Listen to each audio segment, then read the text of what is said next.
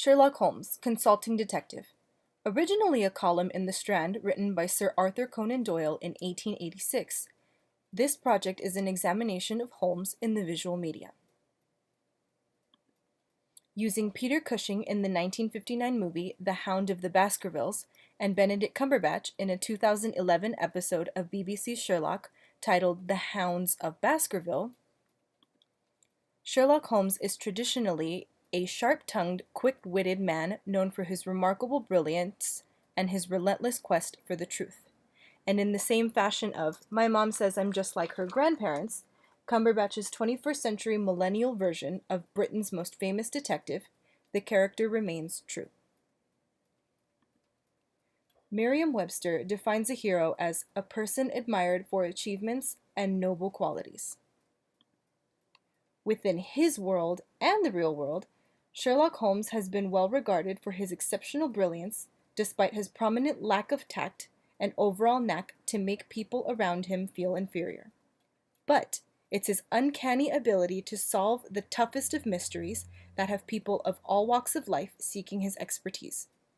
In The Hounds of the Baskervilles, he is sought out by a Dr. Mortimer to solve the murder mystery of Sir Hugo Baskerville. Holmes is not a police officer or a man of the law in any way. He is sought out simply because he is famous for solving mysteries. In the BBC show, the noticeably neurotic young Sherlock opens the episode having just solved a case and already jonesing for a new mystery. He is found by Henry Knight, an emotionally damaged young man who is revisited by night terrors stemming from the trauma he endured after watching his father die. From the beginning of the movie, Cushing's Holmes deduces that the late Sir Hugo's brother, Sir Henry, is being hunted, all because Sir Henry says that he is missing a boot. In the end, this turns out to be true. The boot was taken to give the hound Sir Henry sent. This display of brilliance is one of the things that keeps the clients coming. Sherlock picks his battles wisely. He never takes a case without making himself interested in it, because he knows once he's interested, he won't rest until it's solved.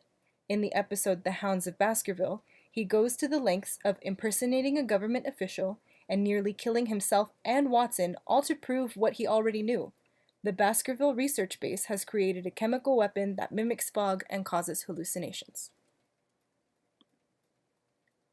Sherlock uses a memory technique called a mind palace that allows him to store and access more information in the long-term memory portions of his brain. This gives him the ability to recall information instantaneously and solve crimes lightning fast. Over the years, Sherlock Holmes is most commonly portrayed as a period drama, like in the Cushing film, but BBC's decision to bring the character into the 21st century has not been without significant changes. For example, while still being addicted to opiates, this means a great deal more now than it did in 1886, and now calls into question, genius hero or not, whether Sherlock Holmes is a good man.